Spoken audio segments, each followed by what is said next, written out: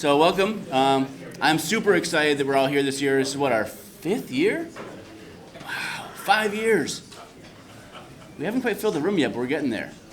But I just want to give a quick update on status of things. BSides Charleston, we are official 501c3 now. We're a federal 501c3. So we actually can take donations and do things. We've done our first training seminar, which was just a few weeks ago. And from what I understand, that was a huge success. We'll try to do more things like that. So if y'all can, the email is on the website. If it's not, we'll make sure it's there. Please, suggestions, things we can do to bring in the area. There's so many things happening here, but there's so few that are focused on security. Let's help these companies build secure applications and systems. They depend upon us. Let's make it happen. I want to thank the College of Charleston here. If there's anyone from the college here, thank you for letting us do this year. This is awesome. We like the opportunity to have real space, and y'all can plug in your laptops. There's plenty of power to keep going all day. There is free Wi-Fi. I think it terminates after 20 minutes or so like that, so you have to keep logging in, but enjoy it. My name is David Zenzi, and those who know me, I'm also DMZ. Joshua and I started BSides a couple of years ago, and we're really pleased that you came out here today. Joseph here has been kind enough to help kick us off, and you can see he's going to talk about some infection stuff. I'll let him introduce himself mainly because he has a lot more slides about who he is and fun he has. And his company, who's been a great sponsor of BSides here, and we're so happy to have him. So welcome, and Joseph. All right, thanks.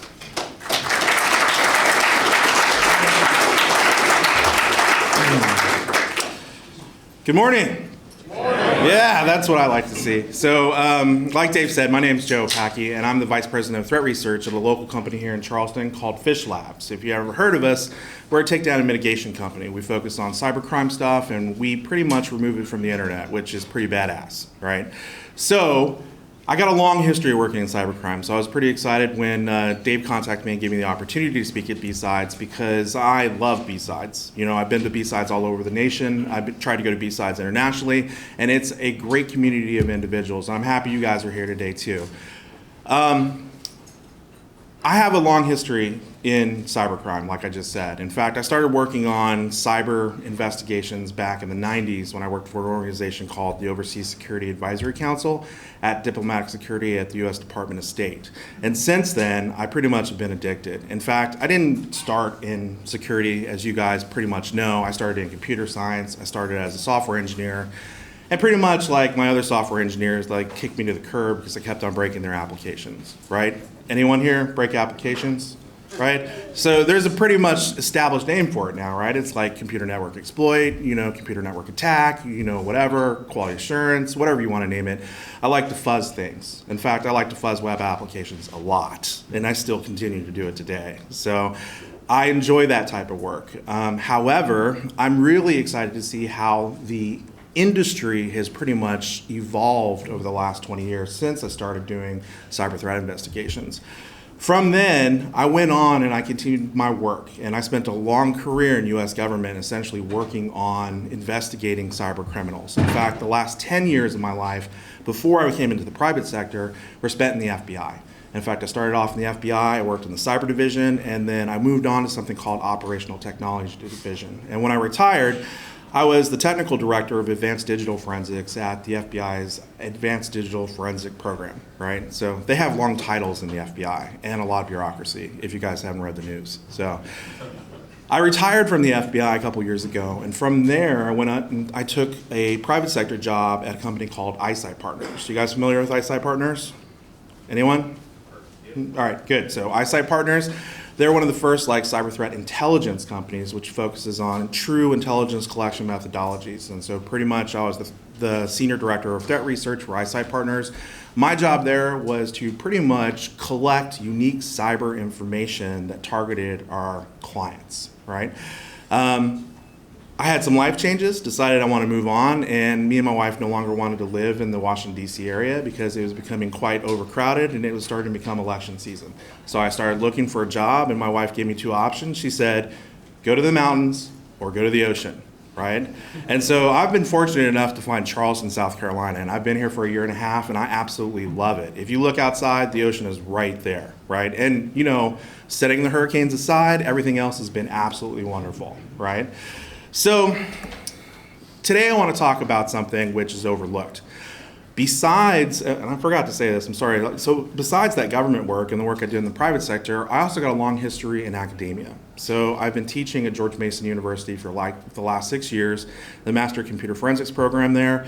I also worked at University of Maryland University College, working on their cybersecurity curriculum advisory board, basically forming the curriculum necessary to shape the talented people who need to be in this industry. And anybody who's in this industry knows there's not enough people in this industry. In fact, we have a critical crisis of talent.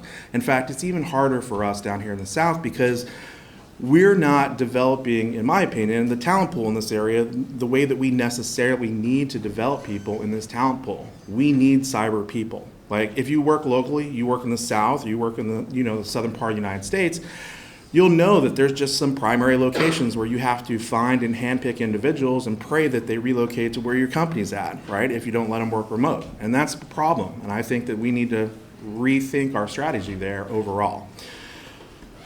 Today I want to talk about what a lot of people overlook, and this is essentially the infection vector, right? And I spent a lot of time looking at infection vectors. In fact, when I was in the Bureau, I spent 10 years as the SME in malware reverse engineering. And when I was at George Mason, I taught the malware reverse engineering class for the graduate program. And so I've got a lot of experience reverse engineering malware. I love it, but I don't love assembly. And anyone who looks at assembly for more than like 5 years knows that your brain kind of begins to rot, right? And you got to start doing other things. Not only that, but like every time you find out that you can break some like anti-disassembly technique, new malware payload comes out and you got to like start all over again. In fact, new malware payloads come out faster than you can reverse engineer them, and it's quite a problem, right?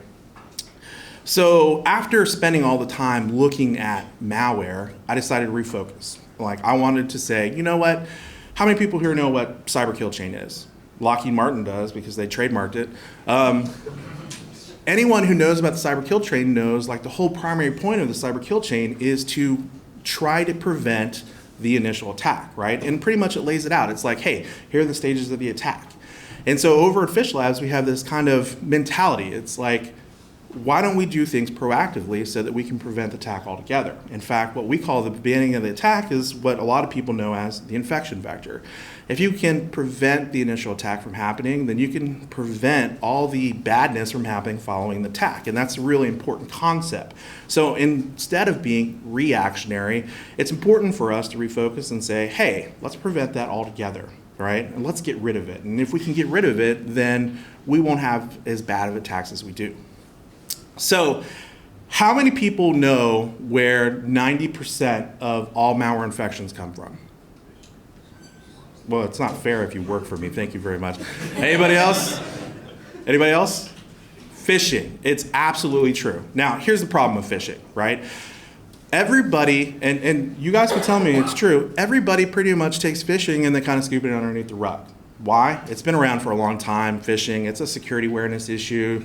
You can't harden. I mean, it's actually a larger issue than you think, right? So you can't just like scoot it under the rug. You can't implement some technology. And the reason why is phishing is not a technical issue. Phishing is a social engineering issue. It's essentially an attack which tries to social engineer the person who sits behind the keyboard. And while you can implement technologies to try to limit that attack, you're never going to fully get rid of these attacks that happen on the 0 day. Things are always going to get through the system, right? So 90% of malware infections start with phishing, and phishing is 100% a social engineering attack going after the user behind the keyboard. The user behind the keyboard is largely responsible for infecting the operating system in which they operate on, right? So why is that? We've given them all the training that we needed to give them. We give them computer-based training, we give them InfoSec training, we give them all the training that says don't click on the links, but phishing's not like that anymore. And we have to stop thinking about phishing as that clicking on the link program that we're going to implement security awareness training we're going to get away from, right? Everybody in the world has an innate psychologic response to information that's in front of them. They want to say, hey, this is true. I don't care who you are. In fact, studies have shown that 1 out of 5 phishing attacks that makes it to the end user results in a malware infection. 1 out of 5. And you're never going to stop all phishing. You're never going to stop it from reaching your end users. So do you want to take that chance? Do you really? So how many people in here know about phishing? Like, do you know about phishing, or you know about phishing? Because I know about phishing, but I didn't really know about phishing with the quotes until recently, right? So I'm going to talk a little bit about what makes up a really advanced phishing campaign. And I'm going to talk a little bit about some of the anti-analysis techniques used in phishing campaigns. And then more importantly, I want to talk a little bit about investigative techniques used in cyber threat intelligence. I want to talk about investigative techniques to go after the actors associated with cybercrime and trying to make big impacts into the economies that essentially make up these criminal infrastructures, right? So largely, there's 2 types of phishing, in my opinion.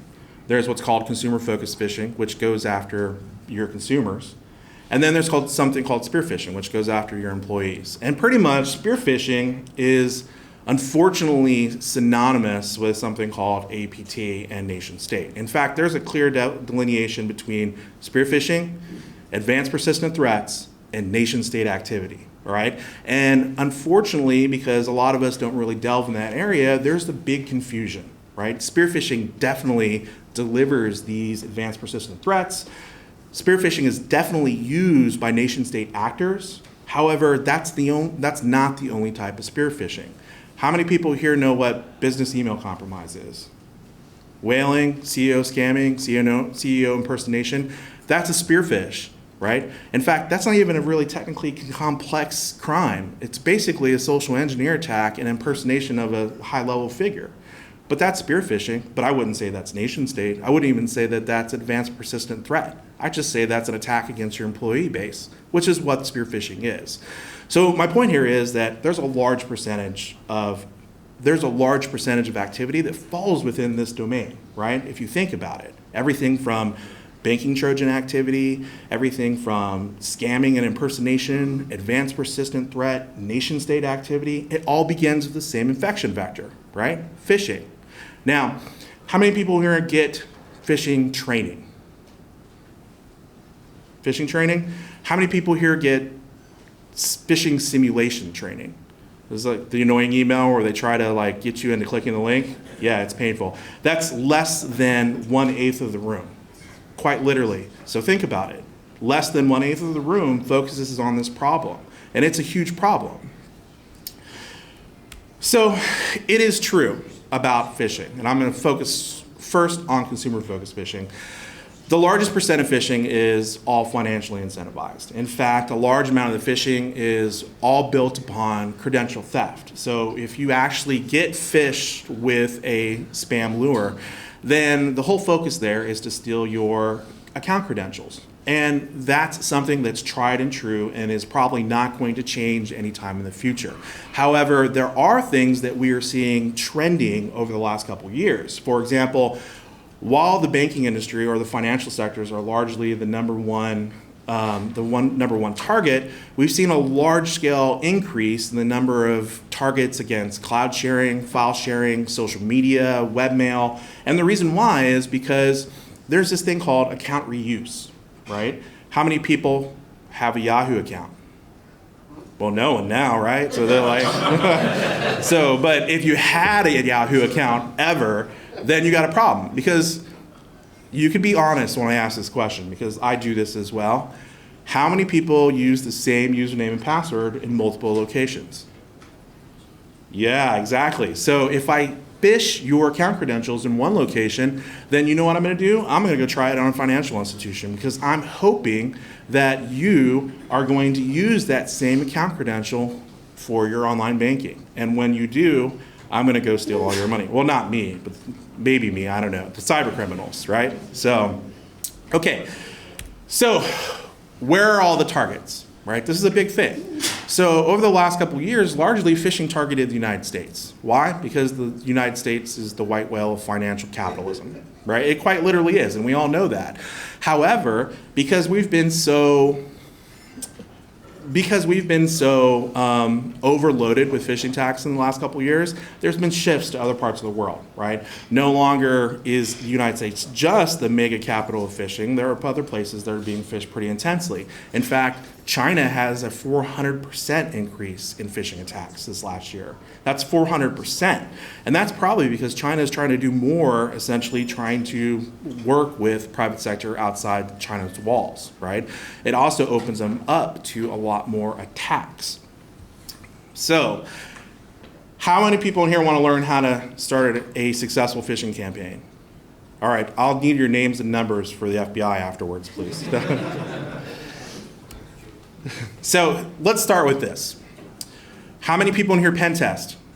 Yeah, I love pen testing. Well, I love hacking, I'm sorry. Same thing. So if you pen test, if you're truly trying to break down an organization, then the first thing you're going to do is you probably want to see how vulnerable they are. And so you're just going to start collecting information about them. And I got to tell you, pen testing today is a lot different than pen testing 20 years ago. Now there's all kinds of tools, technologies, platforms that you can use to do pen testing. There's a lot of expensive classes at Black Hat that no one can really take unless they're millionaires. So there's a lot of great free tools, right? In fact, I've got one up here. How many people ever used Email Harvester before? Yeah, I'll need your names too, please. So if you ever used Email Harvester before, you know that you can point it at a domain, and the result of the action is essentially going to give you all the exposed email addresses. And this is how easy it is to collect email addresses. How many organizations have email addresses out there of their staff members? All of them. Everyone's like, I don't know, maybe, yeah. So in fact, and one of the primary points of BECs, like the impersonation scans you were talking about, is the ability to find high-level members of your organization and then find their email addresses and then use that email address spoof to email other people. It's basically what I'm saying here is it's easy to collect email addresses. How many people have registered a domain? Right? I have like 30 or 40. Sinkhole like 100. So when you register a domain, you've got to use an email address, right? So basically think of all the locations on the internet where there's email addresses. Forums, I mean, who is, your organization's website. Basically the whole point is it's easy to collect email addresses. But now you've got email address, what do you do with it? How many people know what a phishing kit is? All right, so basically it's like this. From a technical standpoint, it's easy to make a phishing kit. Basically, you go to your target website, you do file, save as, and you make sure that you take all the assets with you, right? And basically what you've done is you've saved an HTML page that looks like that site. Now, there's two parts of a phishing kit. There's something called a scam site, which targets the brand in which you're trying to scam, and there's something called a mailer, which you're going to use to do what? Mail things, because it's called a mailer. So once you get that site created, which looks like your target brand, then what you're going to need to do is you're going to need to post it somewhere, right? You're going to need to put it up online somewhere. And largely, when you put it online, you have one of two options, the illegal option and the slightly less legal option, right? So basically, you're going to compromise probably some type of content management system, maybe WordPress, because WordPress is highly, highly, highly vulnerable. Is there anybody here who works for WordPress? Okay, good. We're good. So WordPress, it's got a lot of vulnerabilities. We see it being hacked almost every day. In fact, a lot of content management systems have vulnerabilities. You see it. Once they become compromised, then you can upload stuff to that website, right? So you're basically putting content on a website that doesn't belong to you. Or if you don't go that route, there's something called bulletproof hosting, right? You just buy it. Probably buy it with stolen money. And you know what? It's bulletproof, so why not use it, right? So if you don't want to go through that whole process, then you go get that.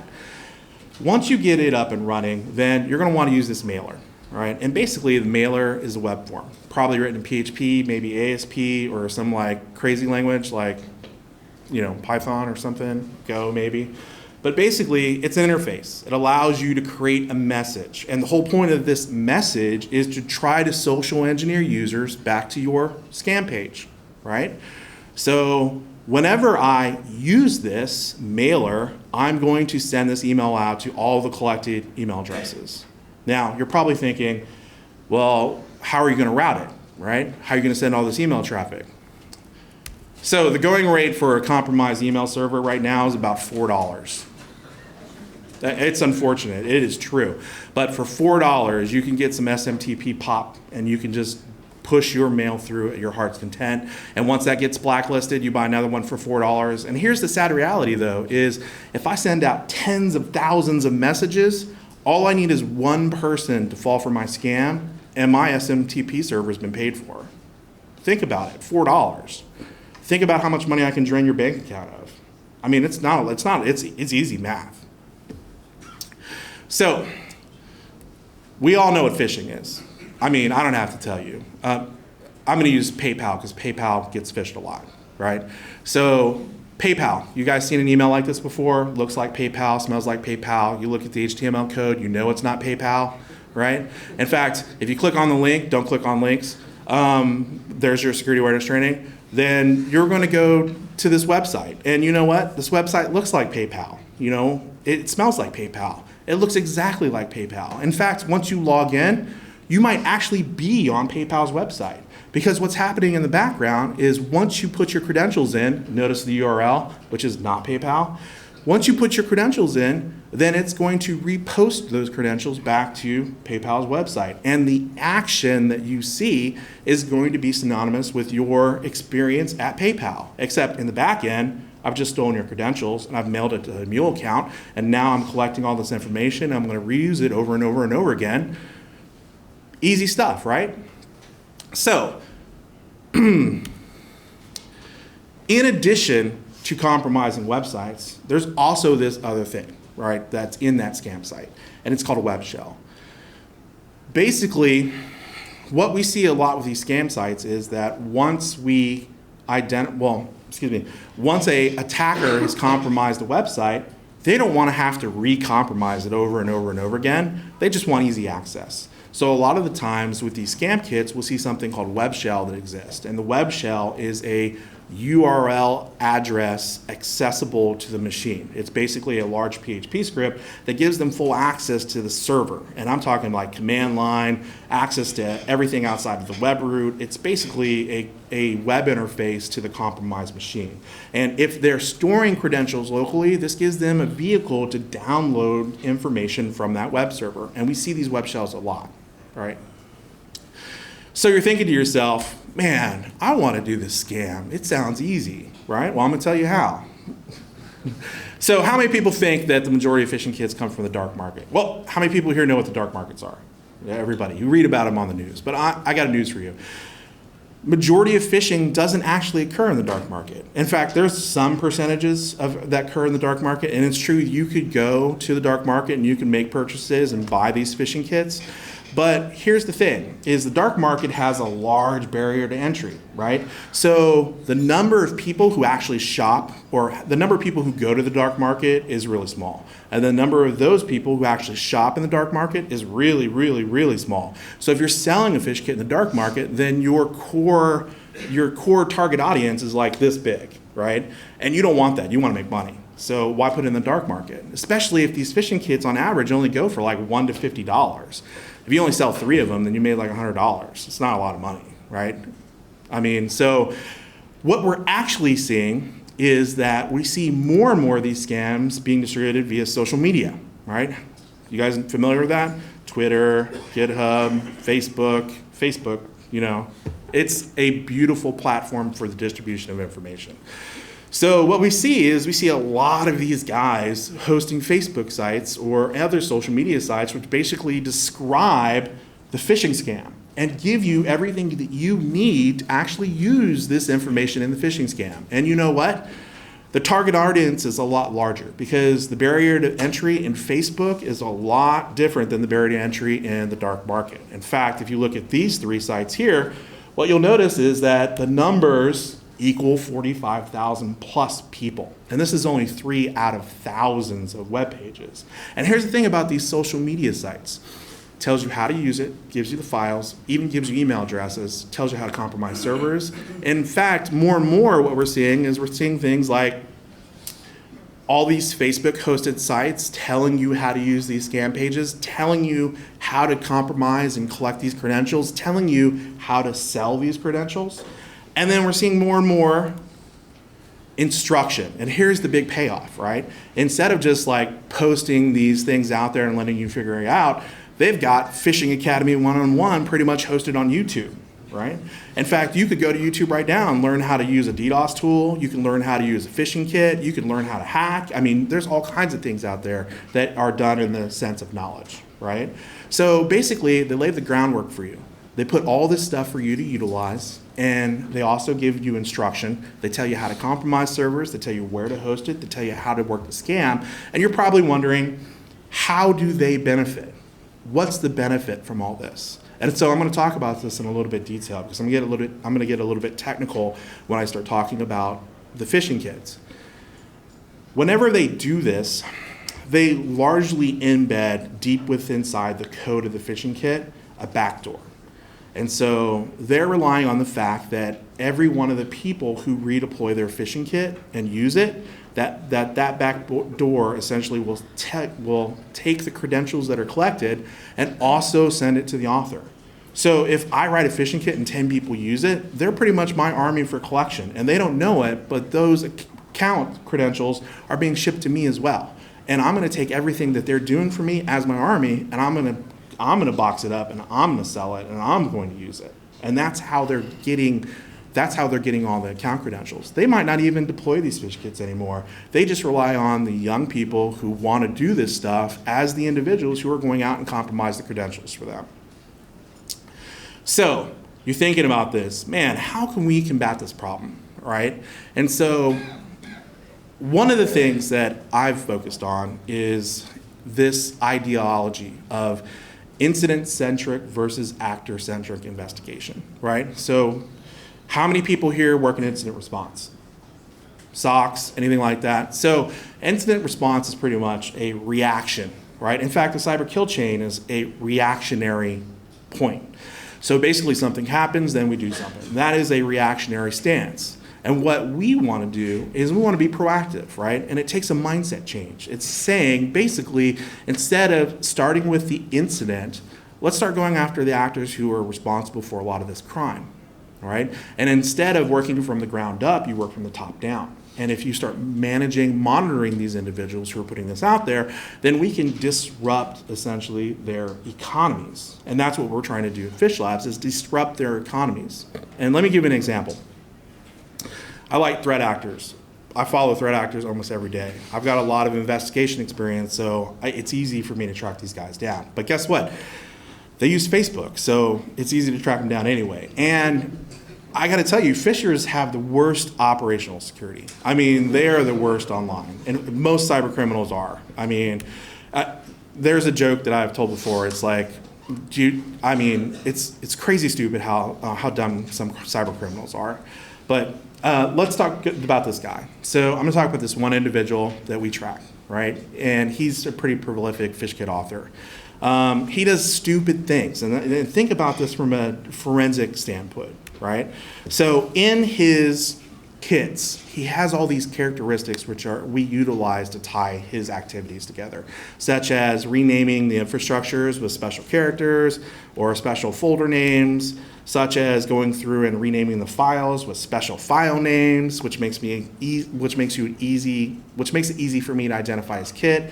More importantly, and a lot of you guys know this, that hackers like to tag within their source code, but when you do that, pretty much you're tagging all your capabilities, and if I want to track you across multiple kits, then now I've got the signature that I can track you with. It's easy to do this kind of stuff because, I mean, they make it so blatantly obvious. More important, this guy, he has a Facebook page. You could go to it right now. You could download this information. Not only does he give you a scamming kit, he gives you a mailer, he gives you even email addresses that you can start to utilize. He's like, yeah, more importantly, he gives you training, right? Who doesn't like training? So he pretty much says, not only am I going to give you everything that you need to start with, I'm going to give you free training. He's like, here's my stuff. It's pretty badass. Here's who I'm targeting. You go compromise this site. And when you compromise the site, here's how you use the kit. That's it. And that's all you got to do. And then just wait for all those account credentials to come in. And then when you get them, you know where to sell them, right? And so he does all this. But unfortunately for him, like I said, he's got really bad OPSEC. And how hard truly is it to track individuals like this? Let's take a look at this guy. So he's got YouTube sites. Every site that we go on, Facebook, YouTube, social media, Twitter, GitHub, these are all characteristics of tracking, right? So this individual here, he has a username when he posts these YouTube videos. You go back to his Facebook site, you look at all the activity, same individuals. We see the names, we pull the names out, and what we find is one of those is his hacking profile, which is not too clever. And then because he's got bad OPSEC, he also logs in with his true identity, right? So let me give you a key. If you're gonna do a hacking campaign, don't go there with your true identity, right? So once we see this, we can start tracking all this stuff together. We say, hey, we think we know who he is. In fact, thank you, Facebook. We know who you are, right? Not only do we know who you are, we know who your sister is, we know where you went to high school, we know where you live. I mean, we know your activities because guess what? You're a Facebook generation guy, you're a millennial.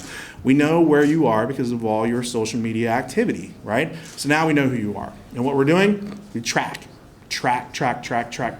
Because when he comes out with something new, we're gonna be on top of it right away. And this is what I mean by actor-centric tracking. We know what he's doing, we know there will be incidents, we'll manage those incidents. But in the same time, we wanna focus on the actors, right? We wanna take out their infrastructures to make a huge impact into the cybercrime economies. So, phish kits are pretty advanced. And if you've never seen a phish kit, then I'm going to give you some of the details on how they operate from a technical standpoint. So most phish kits use email. That's not a lie. I mean, it's just in there. In fact, most phish kits are written in PHP because PHP is a free processing language. But we see a little bit nowadays of some phish kits being written in ASP.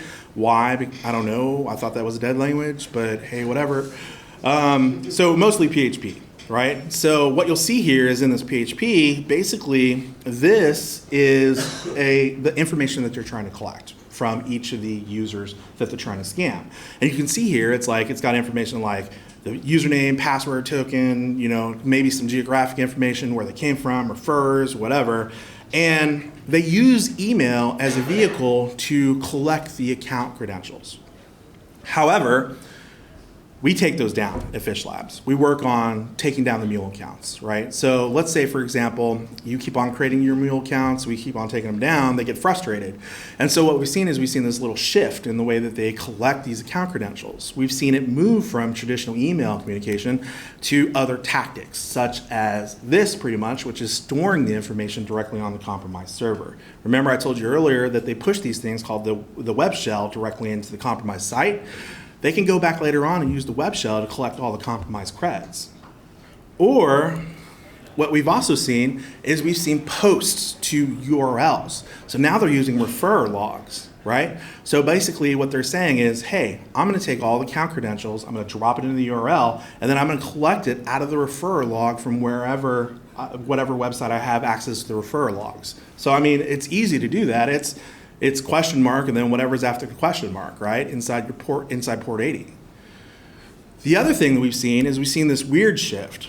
We've seen this weird shift to using IRC channels, Jabber-based communication. So now, whenever it collects the account credential, they're popping up a Jabber message. So they've got some IRC server somewhere where basically every time they're collecting a cred, there's a message that pops out with that credential information. Right? Which is kind of ingenious. I mean, except that if someone else gets the username and password, they can jump on there and collect them as well. Maybe even, change the password.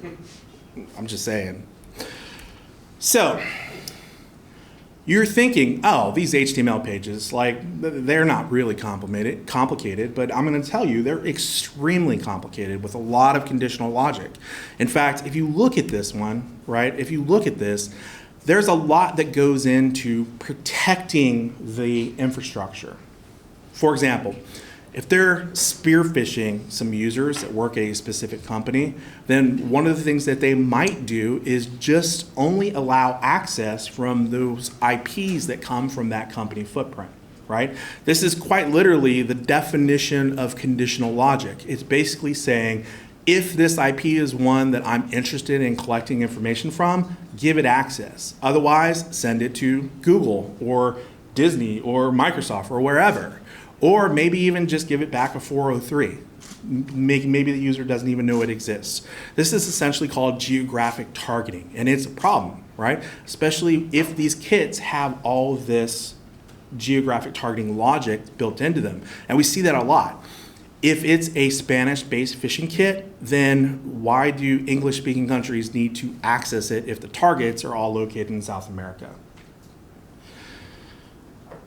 So other than conditional logic, they still use a lot of htaccess files, right? And I love htaccess files because it gives me a ton of intelligence information.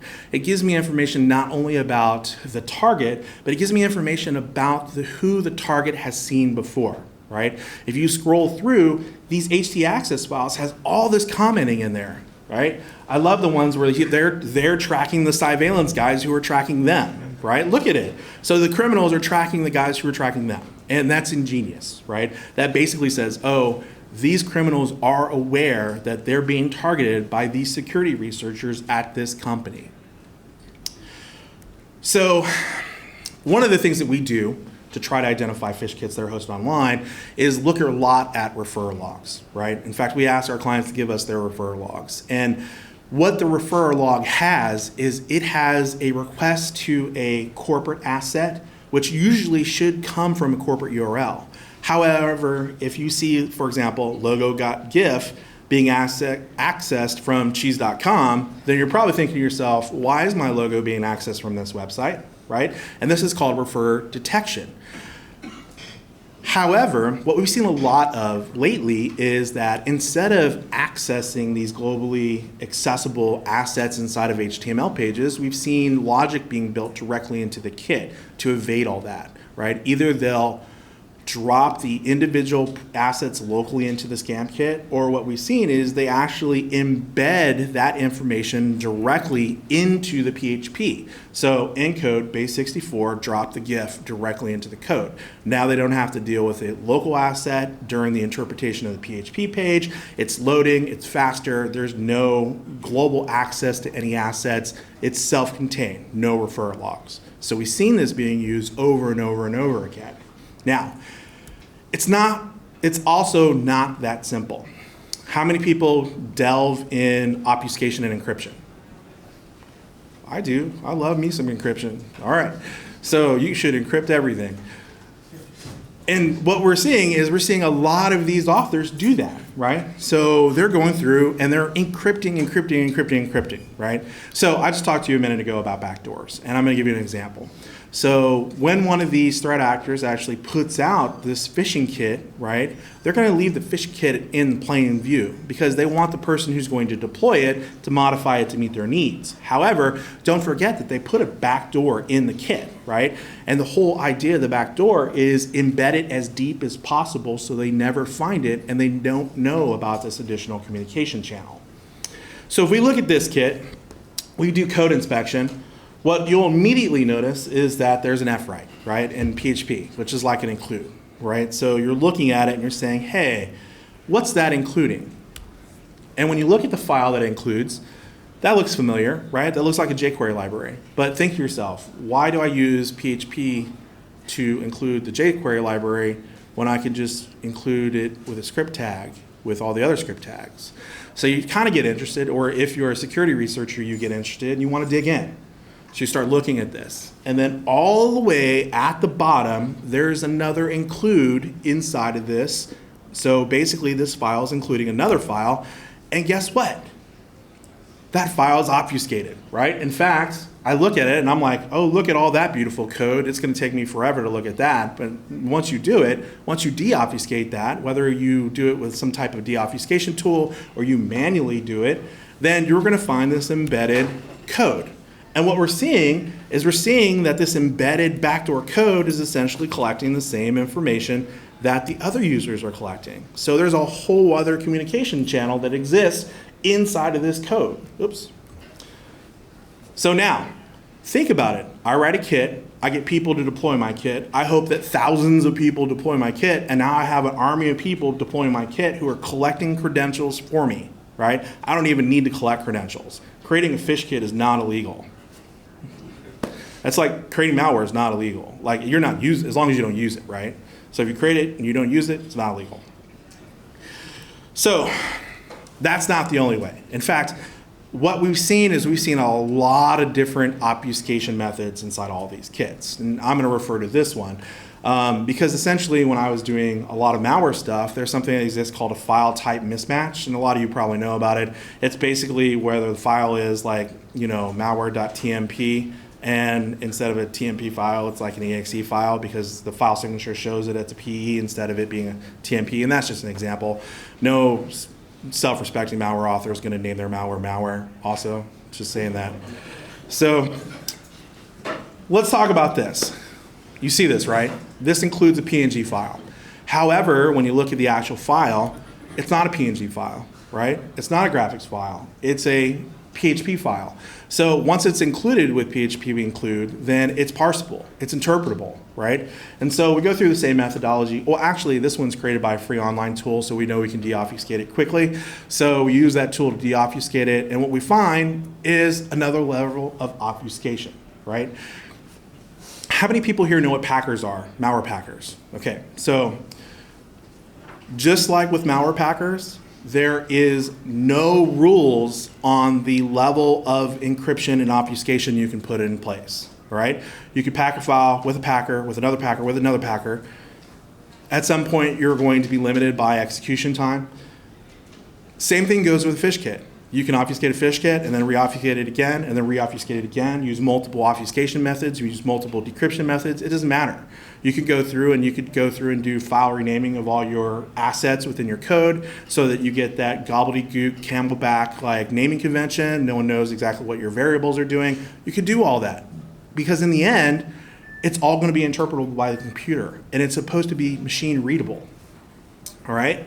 Once we deobfuscate this, then we're going to find that backdoor. We're going to see it. It's going to be there. It's going to be available for you, right?